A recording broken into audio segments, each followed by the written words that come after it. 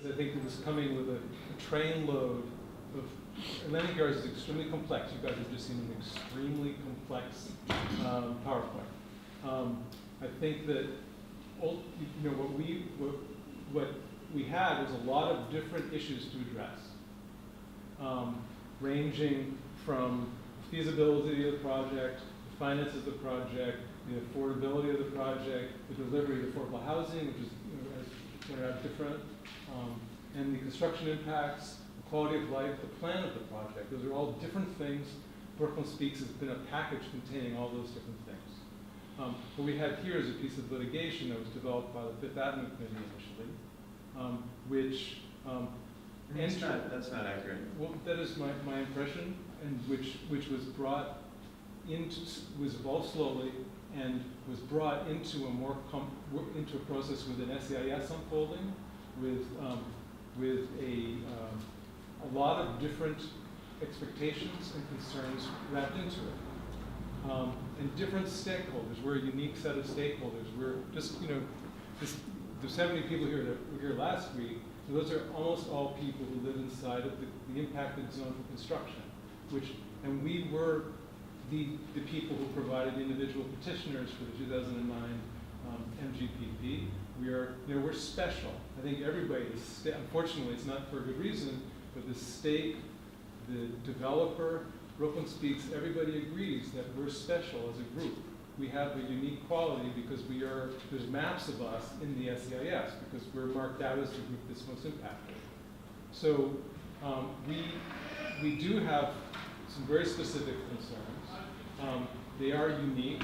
They have been a part of the focus of Brooklyn Speaks for a long time. We have been raising them in every way that we possibly could. But ultimately, when you've got,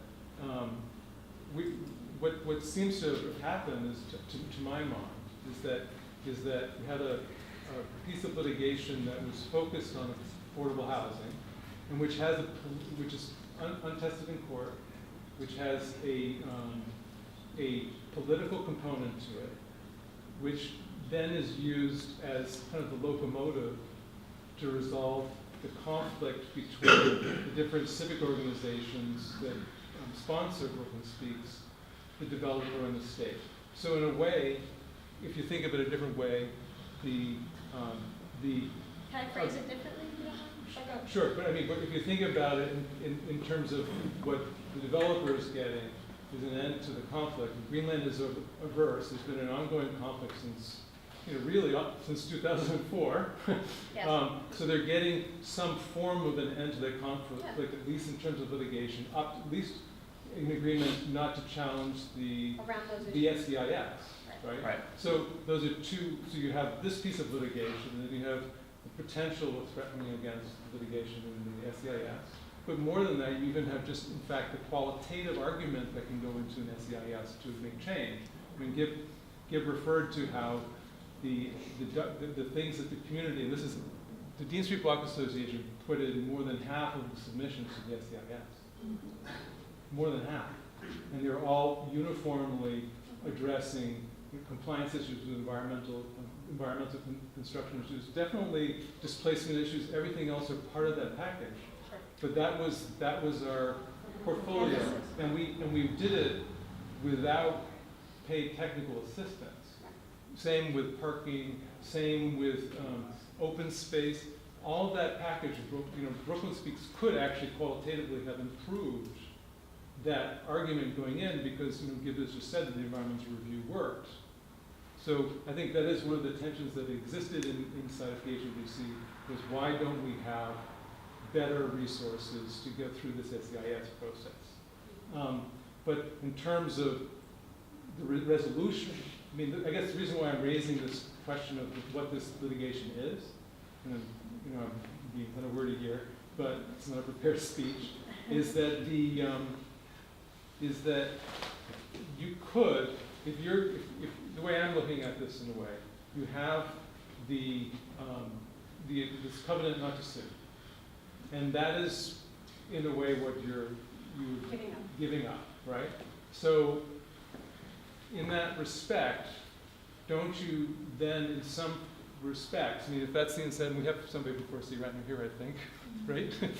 You have the opportunity to go in different directions there. It's a negotiation.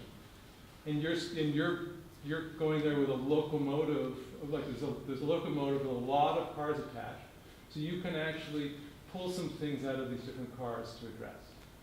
And I know that with our block association, what we did was, in the SAIS process, we asked for the big picture oversight, and we asked for a smaller thing, which was an environmental monitor. And even that, if you look at it closely, is broken apart to say, you know, transparency, transparency, transparency. Right. People on the site, and remedies when things go wrong. So those were there.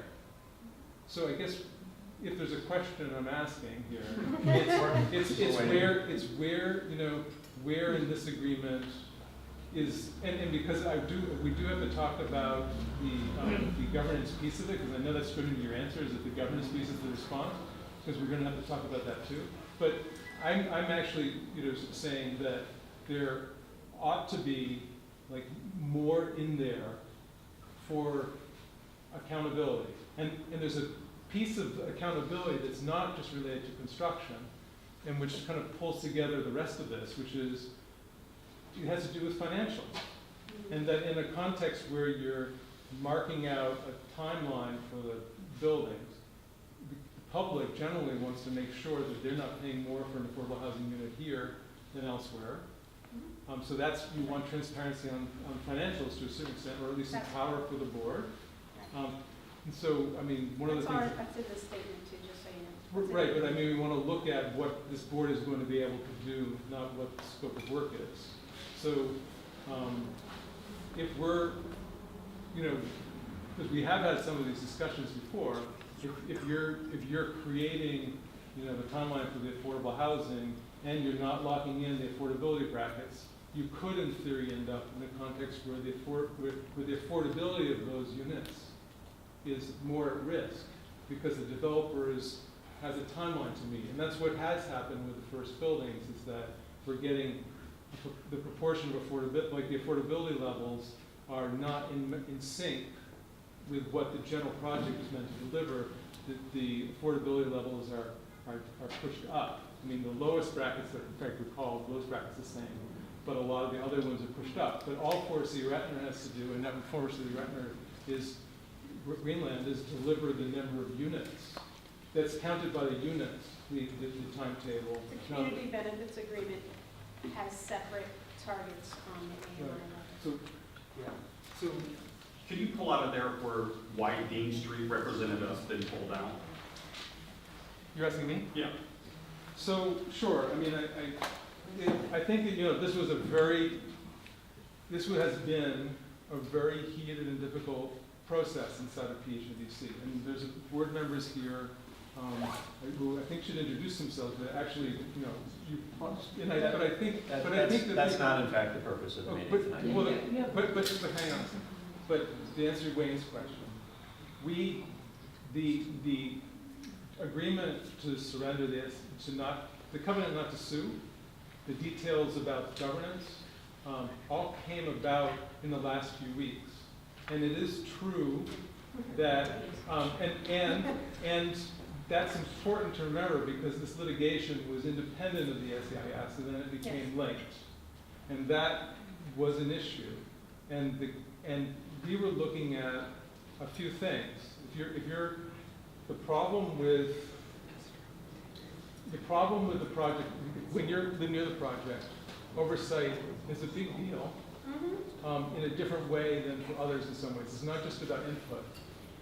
The oversight is about oversight, because we went through a period where environmental compliance was overlooked because of the arena was being constructed. This was something that came from the higher-ups in the ESDC. I just want to say that, you know, I respect Dean Street's decision to pull out. Like, I understand why you all decided to do what you did. You know, and I think, you know, I'm personally a firm believer in. But why? Succinctly, why? Why do I respect it? Pull out? Why? Because you say you respect it, why?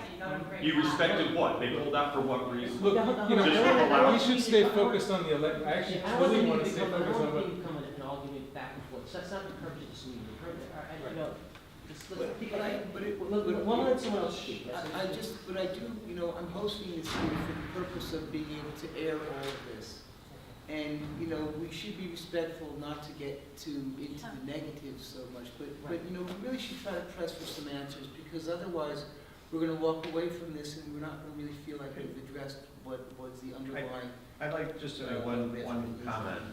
There, you know, I think, and I've read, you know, some things that have been written about this, and certainly, you know, I'm sensitive to the comments that Peter has made. I think there seems to be, behind some of this, a perception that Atlantic Yards, as complex as it is, and for as many years as it's been going on, could have most or all of its evils solved through one piece of advocacy and one particular agreement.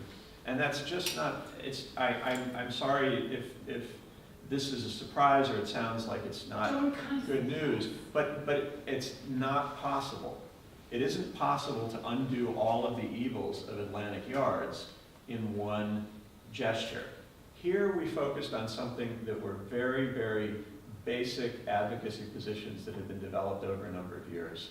Roll back the extended build date because it has negative impacts for the community as well as for access to the project benefits, and deal with representative oversight. Now, it's not a question. There's a little bit of a false choice in the idea of, well, we got this, but we really could have gotten something more. We just had to ask for it. That's not the case.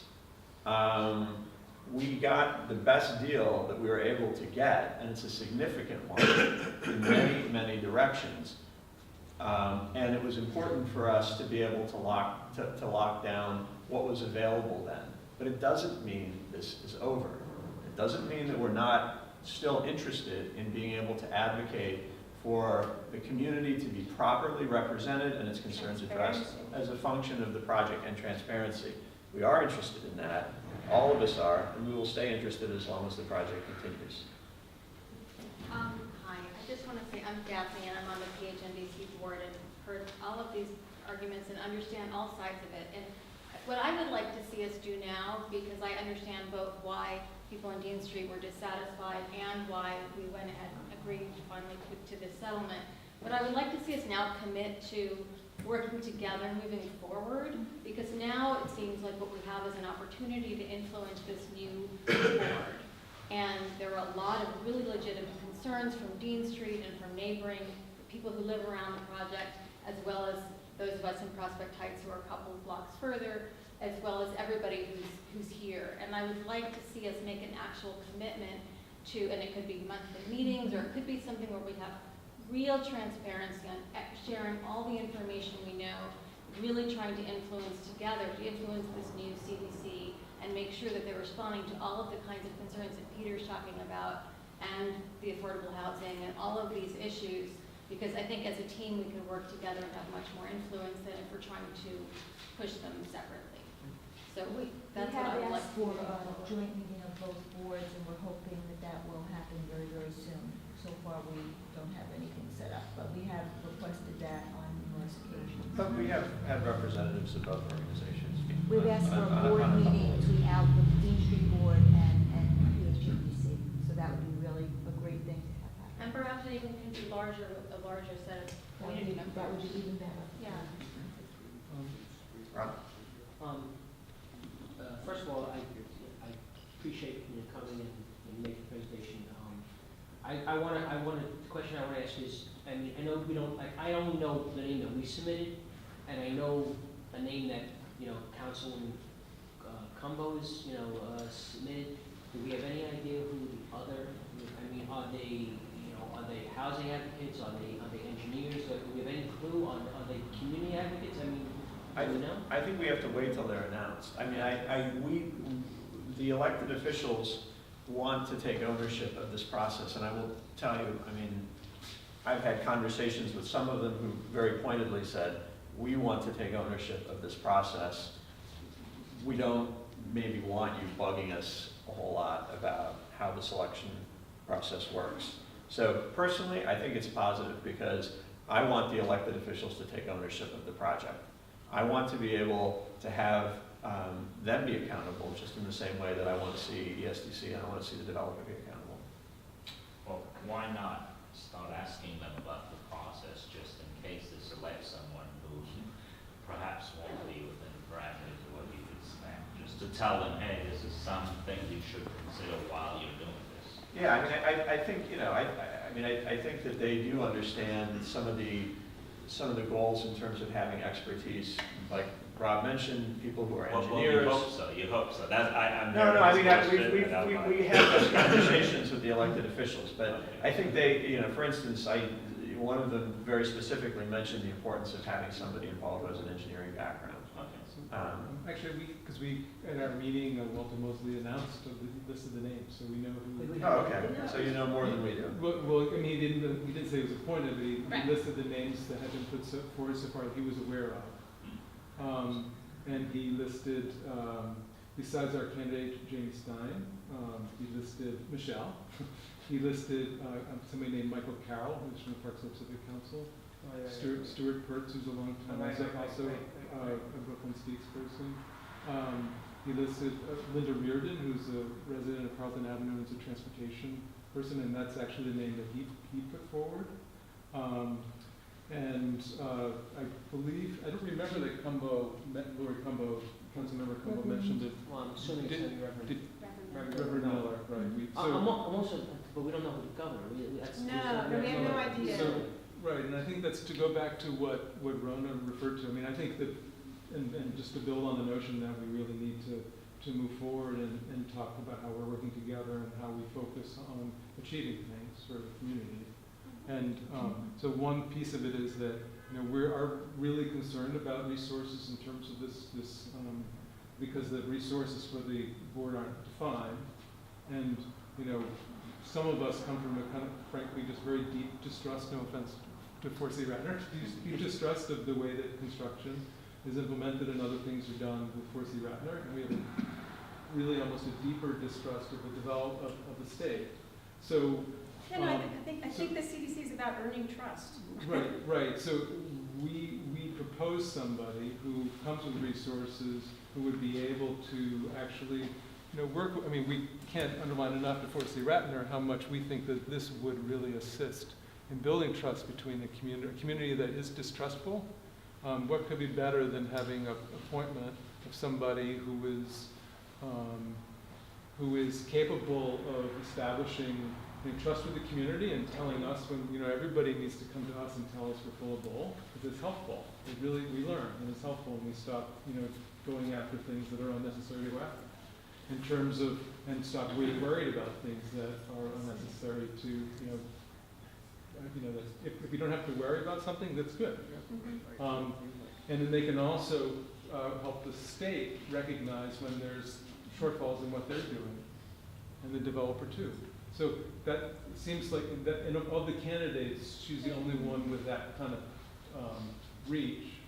And with a construction focus, which, you know, an environmental focus generally, she's a sustainable development person.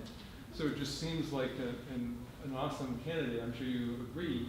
So one of the things is in a context where you know, she's perceived as being a Dean Street Block Association candidate, which is hardly the case at all. I think it would be really useful for her to hear the other Prospect Heights neighborhood groups if there is a kind of, you know, Groundswell. yeah, if there's a little bit of a groundswell, if there's